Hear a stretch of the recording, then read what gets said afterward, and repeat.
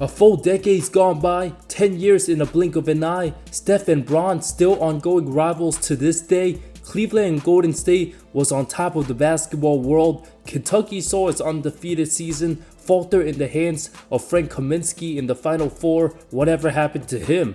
Too many questions. What were the results? Not very good. In the era of player movement, no draft class has seen so much player turnover at such a rapid rate than 2015 itself. Devin Booker, officially the standalone star, remaining put with the team that drafted him. Everybody else still in the NBA, selected June 25th, 2015, now in different uniforms. Several of these lottery picks completely out the league and forgotten for years. The two best players, obviously from John Calipari's squad, starting with the consensus #1 pick, Karl-Anthony Towns, who many scouts thought he'd be a defensive specialist, being 7 foot, adding rim protection, had raw offensive skills but capable of shooting threes, turned out to be the exact opposite. Deemed as the ideal modern big man, Minnesota had the easy choice taking him first. The prototypical mobile big became absolutely legit, won Rookie of the Year, put up over 18 and 10 off the bat. Offensively, he's one of the best centers in the game,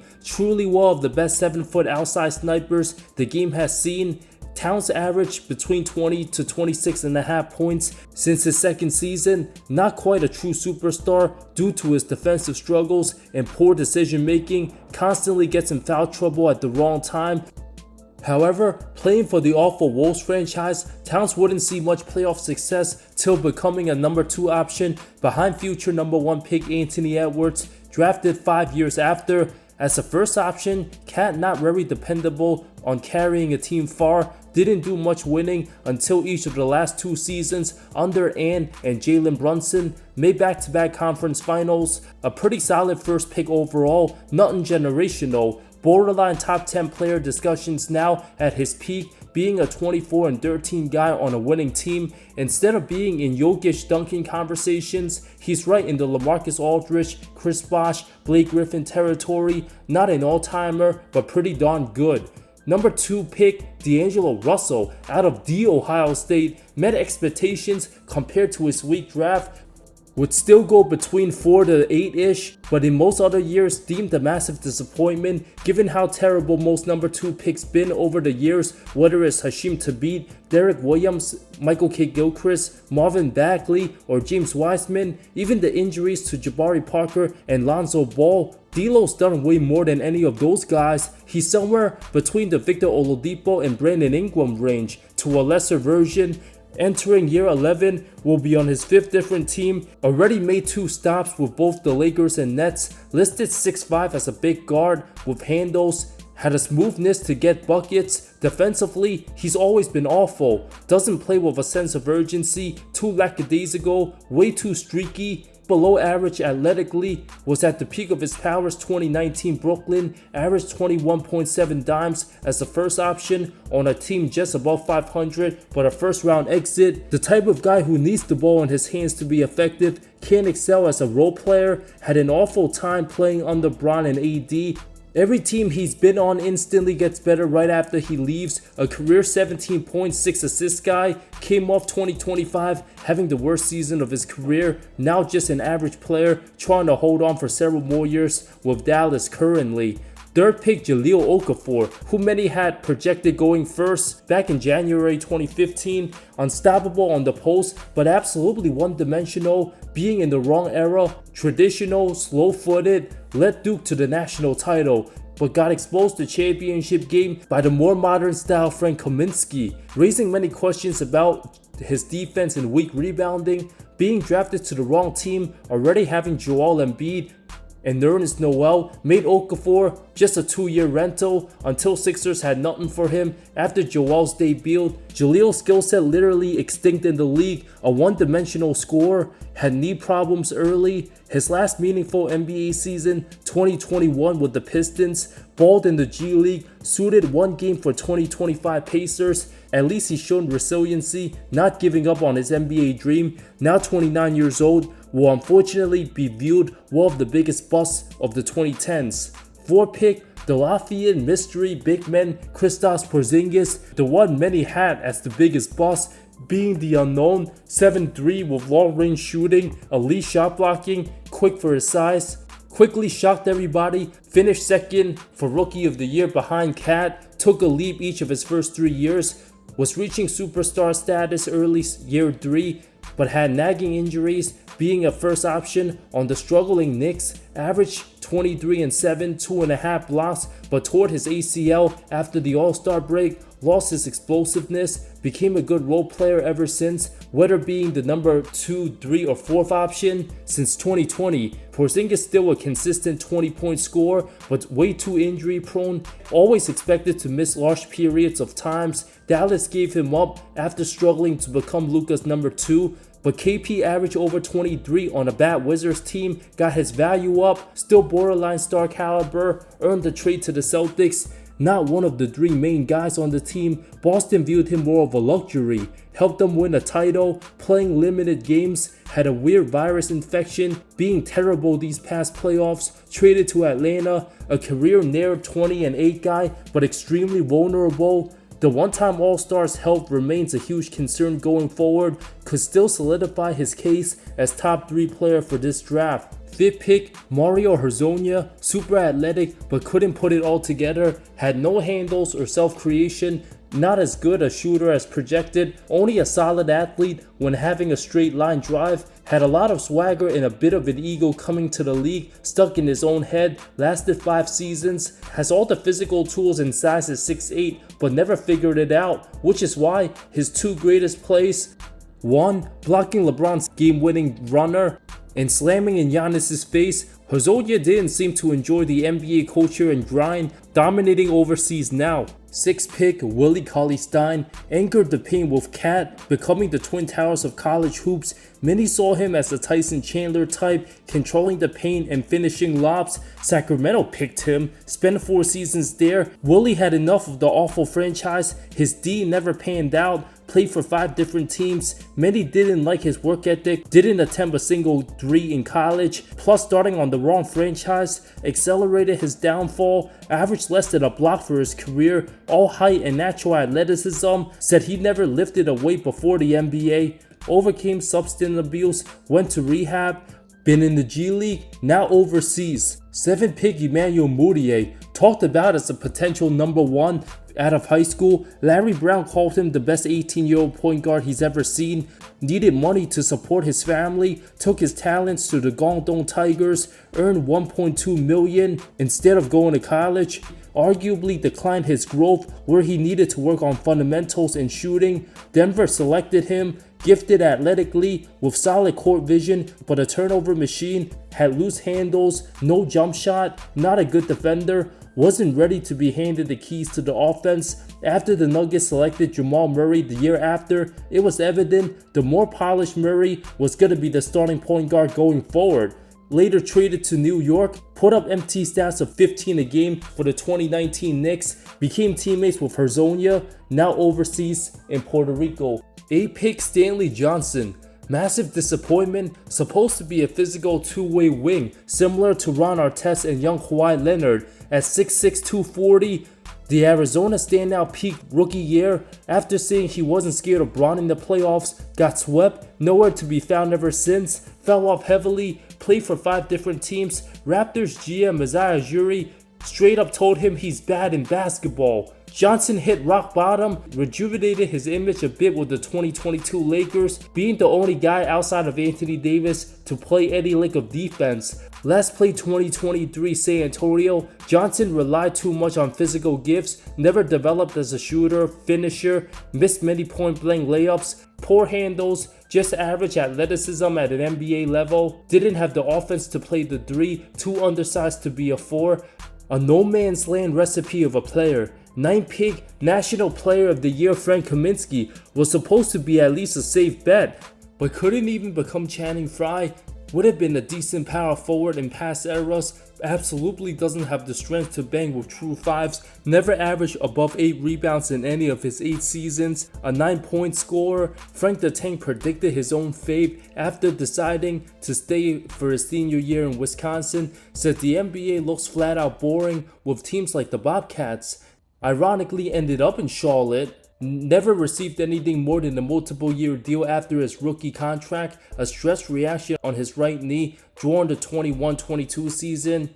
The biggest blow to his career and never became the same again. Now with the Raptors 905 G League team, he's already 32. 10-pick Justice Winslow, one and done out of Duke, too many injuries, never became a good shooter. Pat Riley held on to him for too long until they signed Jimmy Butler.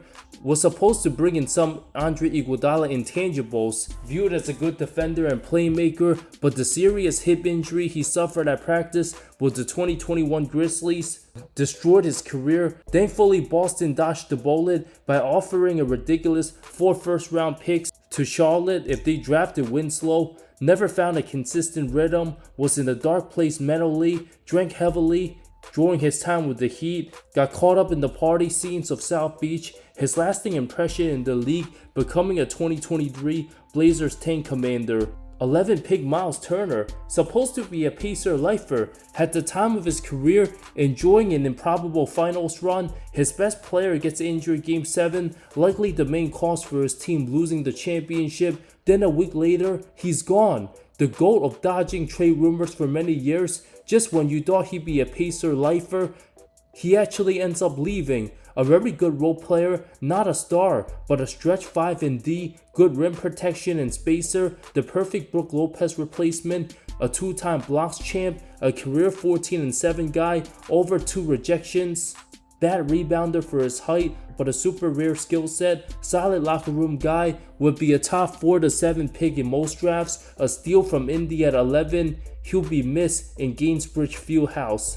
12. Trey Lyles, started with Utah, bounced around 5 different teams, longest stint 4 years in Sacramento, a free agent, coming off averages of over 6 and 4, nothing more than a backup 4. At this point, if he's on a rebuilding team, giving him minutes only takes away from the young guys. An overhyped one and done out of Kentucky, not a strong finisher at the rim, can't catch lobs, not known for his defense, only a 34% 3-point shooter. Desperately trying to hold on to a roster spot, his time in the league should be coming to an end real soon, within 2 years. Finally, the 13th pick Devin Booker, known for coming off the bench for the 38-1 Kentucky Wildcats.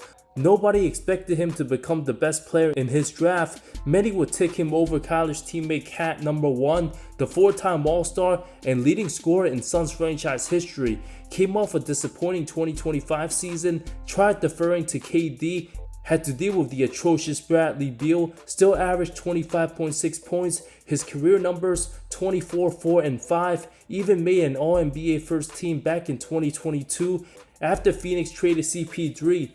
Book dealt with a poorly constructed roster, nevertheless a beloved franchise favorite, just like Towns, a borderline top 10 player, dealt with franchise dysfunction for years, balled his way to a winning culture, got to the finals, played solid, will be known as the greatest player in Phoenix franchise history just for his sheer amount of loyalty and work he put in dealing with Robert Sarver's disaster. About to have 8 different head coaches in 11 seasons, still 28 years young, on verge of dealing with another rebuild, still haunted by 2022 Luka special, set to sign 2 years $150 million. At this point of his career, if he stays, will get the most money possible. But when Booker demands out, how old will he be by then? Would it be too late? Was in the conversation for best shooting guard between 2021 to 23. Can he take the reign back from the younger Anthony Edwards? The last lottery pick, Cameron Payne, picked up by Sam Presti of OKC, first remembered as Russell Westbrook's hype man, the definition of a pure journeyman, played for 7 different teams, nothing more than a backup point guard. Nowadays, a backup, if he's lucky, will have his hot regular season moments, does too much wild stuff, lots of dumb turnovers. His best quality, being a cheerleader on the bench. His time in the league shall be coming to an end, nothing more than a minimum going forward. Mid-first rounders Kelly Oubre Jr. and Terry Rozier, very serviceable role players, low 20-point scores on bad teams, did very well for themselves, had their moments. Oubre played for 5 different squads, energetic 6-man, while Scary Terry regressed heavily this past year. His name, even under investigations of illegal betting, contract expire after 2026, will have made over $160 million in career earnings. Next 3 picks all flamed out quickly. Other solid first rounders: Bobby Portis, 22nd pick out of Arkansas, found a role with Milwaukee, becoming a champ. A 6'10 mid-range assassin, career 12-7 guy. Tyus Jones will be on his 5th different team. Undersized, solid backup point guard, good handles, takes care of the ball despite his lack of defense. A mid 20-ish minute guy. Larry Nance Jr., 8-6, role player, 5 different teams played, gets hurt too often, only 24 contests last season, will turn 33 next year, 2026. Kevon Looney, the 30th pick, beloved role player for Golden State, has his fair share of injuries, including 2 hip surgeries before his NBA debut. That's why he's super slow and not mobile, but turned himself into a monster offensive rebounder despite being undersized. Him and Booker, the last 2 remaining players from their drafts to stay with their respective teams until New Orleans gave him 2 years, $16 million. Second rounders: Jetty Osman, okay for Cleveland, now in Europe. 32nd pick Montrezl Harrell, looks super promising. 2019, had the perfect co-star teammate Lou Williams, but a disaster during the bubble, became a washed journeyman. After tearing his ACL 2 years ago, hasn't been signed for 2 full seasons. A brutal downfall of Kenneth Faried proportions.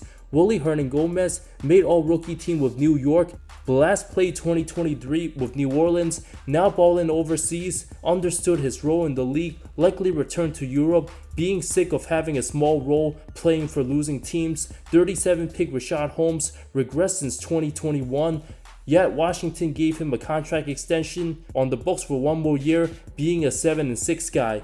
The 40th and 41st picks, Josh Richardson and Pat Connaughton, solid role players. Josh made an early impression for Miami, waived by Utah last February, will be looking to get signed.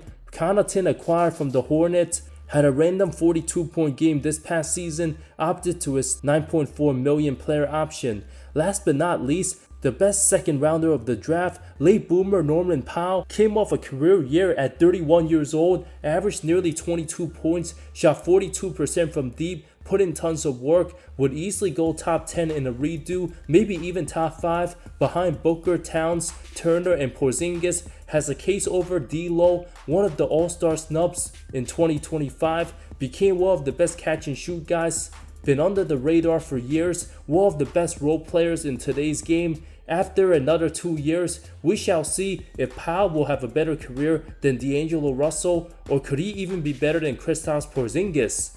A class filled with hype, potential, and lottery dreams, yet outside of a handful of big names, it's defined more by inconsistency, injuries, disappointment, and departures. Only 2 likely Hall of Famers, no more. The majority of these players became journeymen, role guys, or flat out forgotten. An absolute travesty. 7 of the top 10 picks of the 2015 draft, those guys been out the league for several years now. This wasn't the class of legends, it wasn't the class of winners, but it was a class that couldn't hold on to roles, expectations, or to their original jerseys.